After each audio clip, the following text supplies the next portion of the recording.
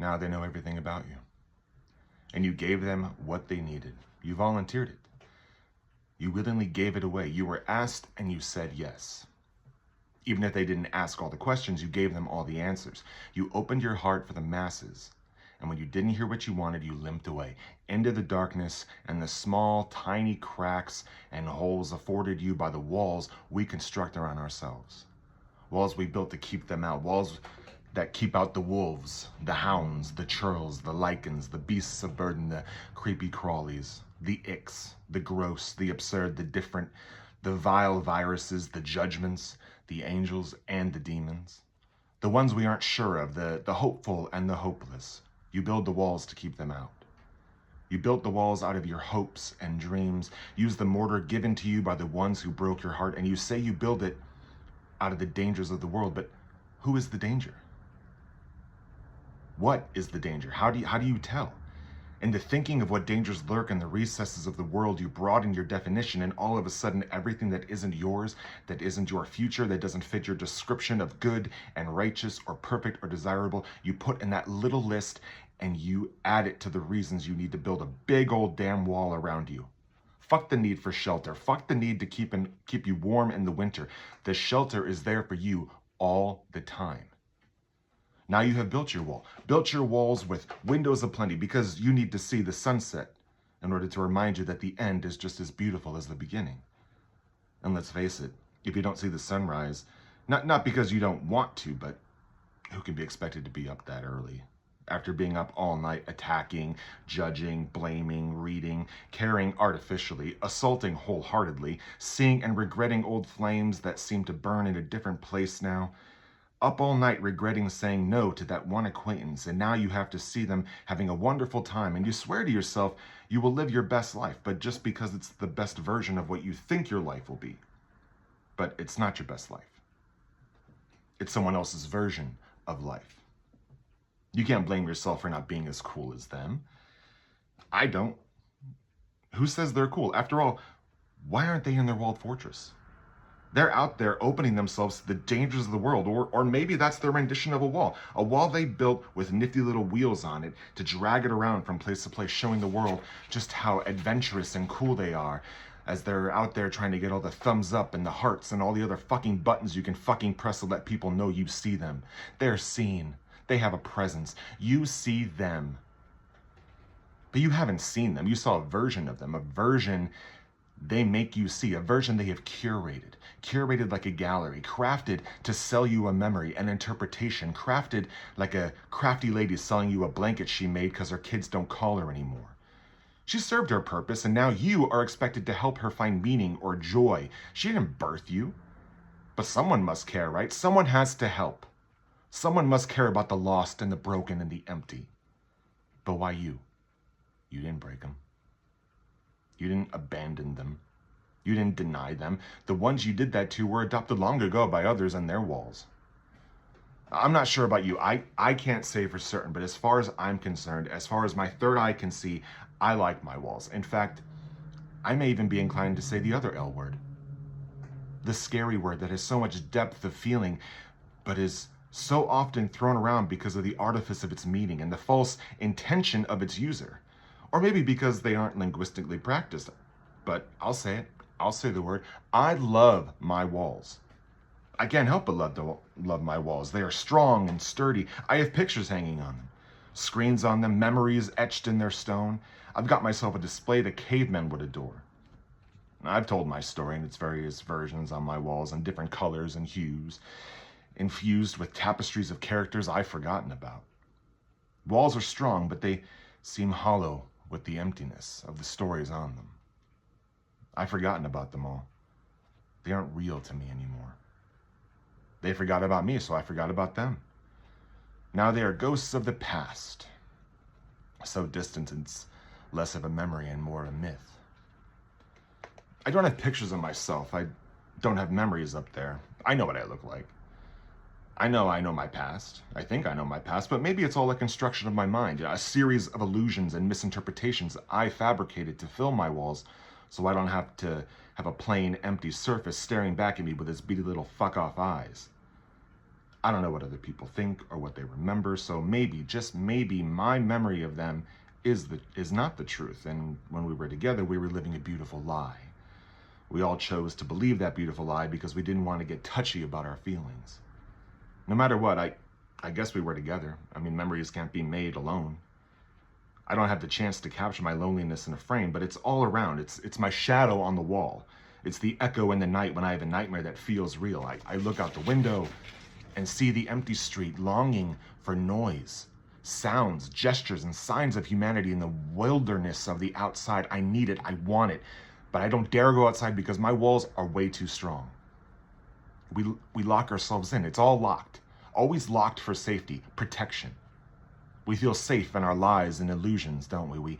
We feel safe because we can control it. The door is chained, and you can't get outside. Do you want to? Do you need to? Should you? Maybe. Maybe not. It's scary and lonely, and we might be judged. You might feel judged. And it won't be on a screen you can block. It won't be on a site that you can ignore. It'll be in your face. Our souls will feel it. We'll hear the words, and they'll tear through our soul bit by bit, and that gentle fabric will be torn. And I don't know about you, but I don't know how to sew. We'll have to face a world we don't know anymore. The great wilderness beyond our walls, the great expanse of the unknown, the scary, the dark, the deep, loud echo of nothing awaits. I look in all corners of my walled-off world and find that there are no more answers. Found them all. I know the answers here. It's the way I built it. It's the only way I want it. No secrets, no surprises, no changes. Change is bad. No one likes change. Change is hard, not because it can't happen. It has happened. It's part of the reason I built my fancy fucking wall. But I can't handle the echo of the shadows on the wall anymore, the deepness of the fear and hollowed out husk of myself on the reflection of the mirror. I still have the stomach to look in because I look best in it. At least I look the way I want to be seen in it, but only sometimes. Most of the time there's a ugly, worthless, useless, unpopular, used, abused, rumored about, often thought about, but never asked about, repugnant, sexy, glowing, powerful human being staring at me in my reflection. Or am I a reflection of the reflection in the mirror? Mirrors are weird.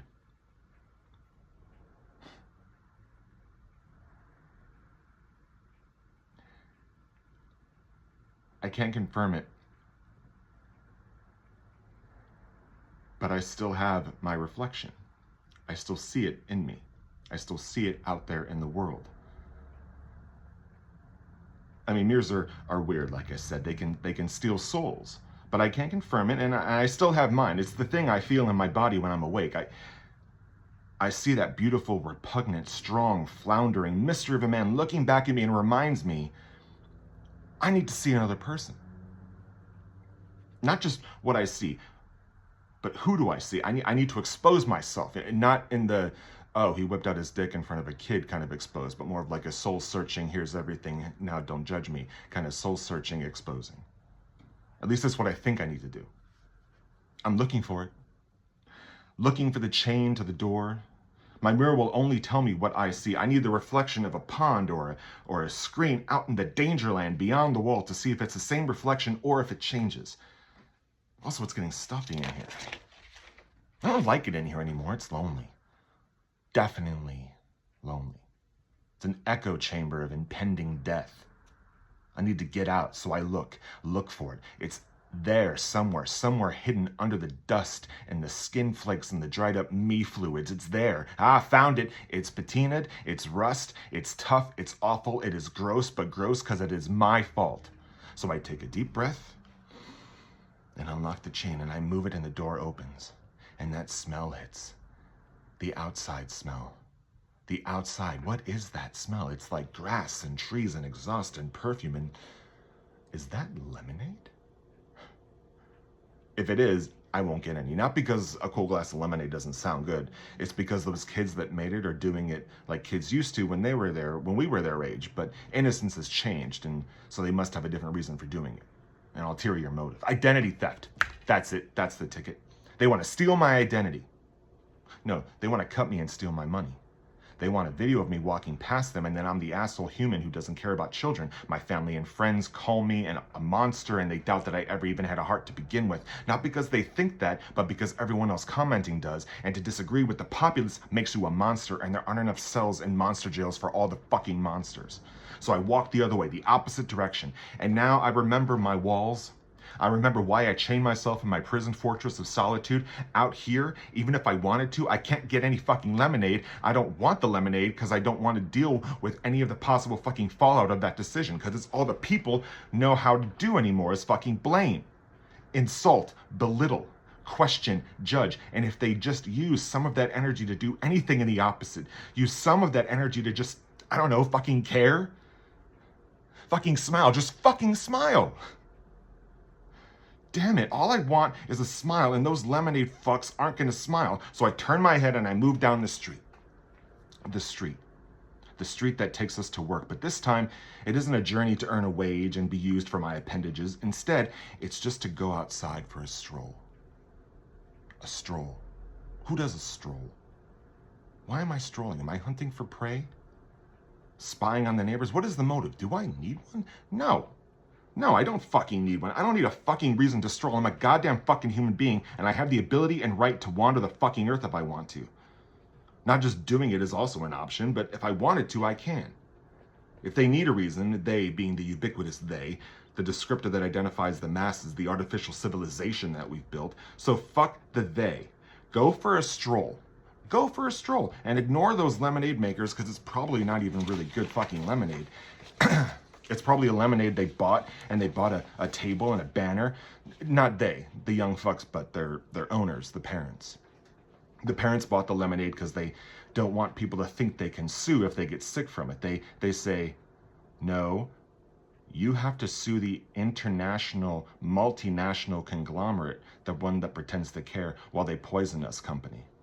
The child owners bought the table because their furniture inside is special and needed in that one spot and nowhere else. The banner is bought because mom has a small online business and we need to support online businesses. The kids actually don't want to be there.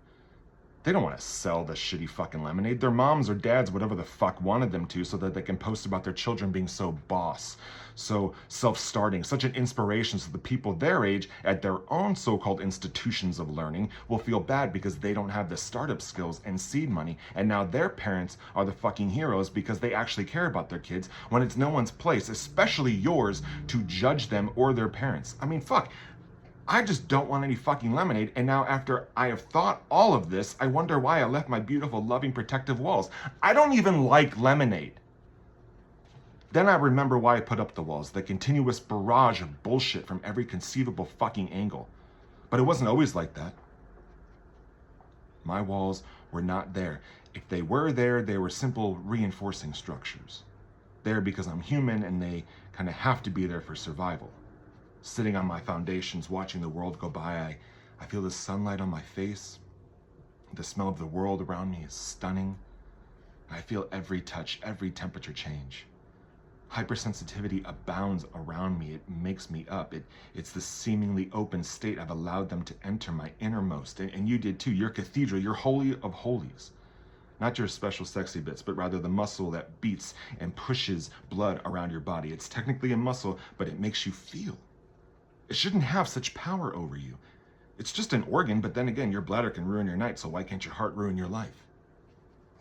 We left the door open and we saw them, paused in our tracks by them. We were so distracted by them that we forgot to close the door to the entrance of our soul, and it's wide open.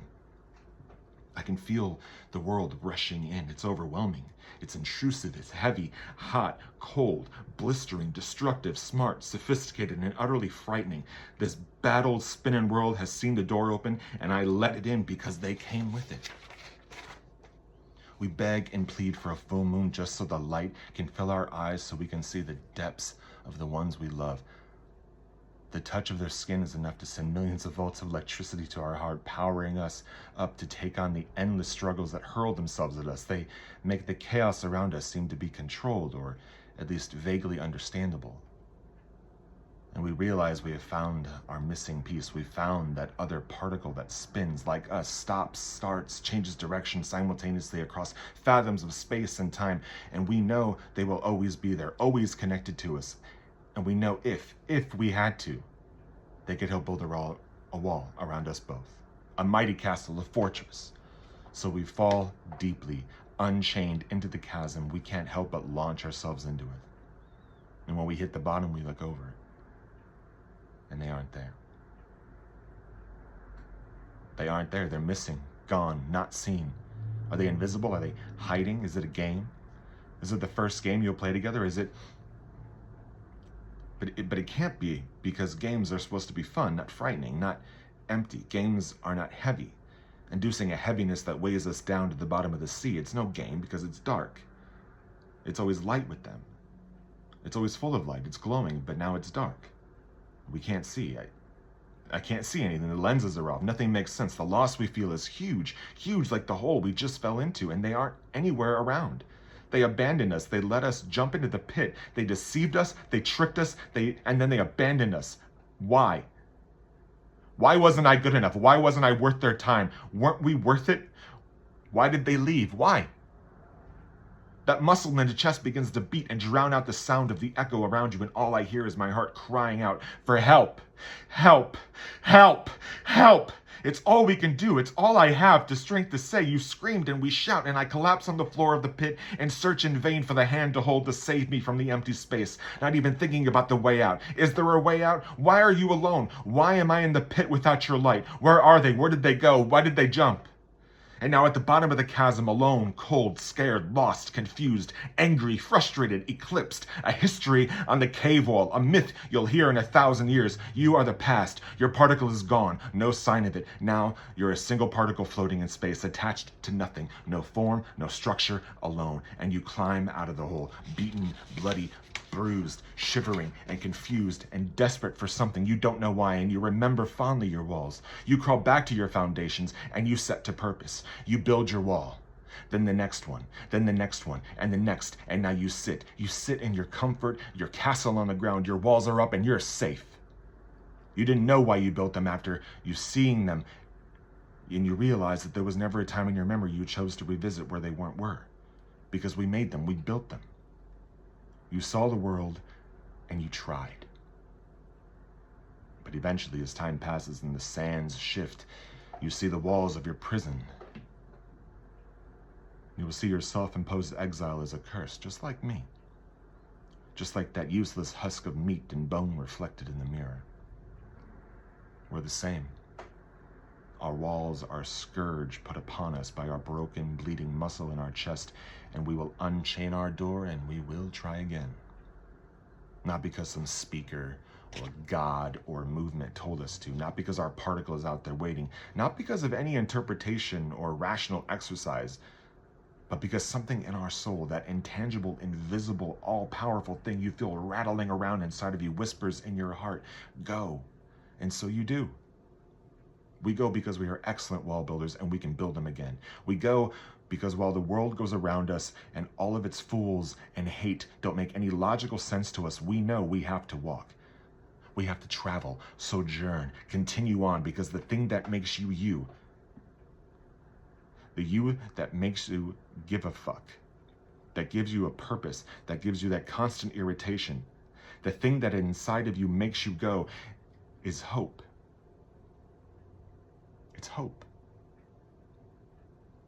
The thing that's maybe a lie, faith.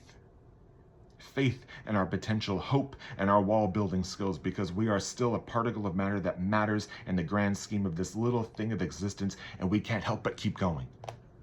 And when they, the ubiquitous they, ask why, you can say with no shred of shame, I still had an endless, untapped potential for getting hurt.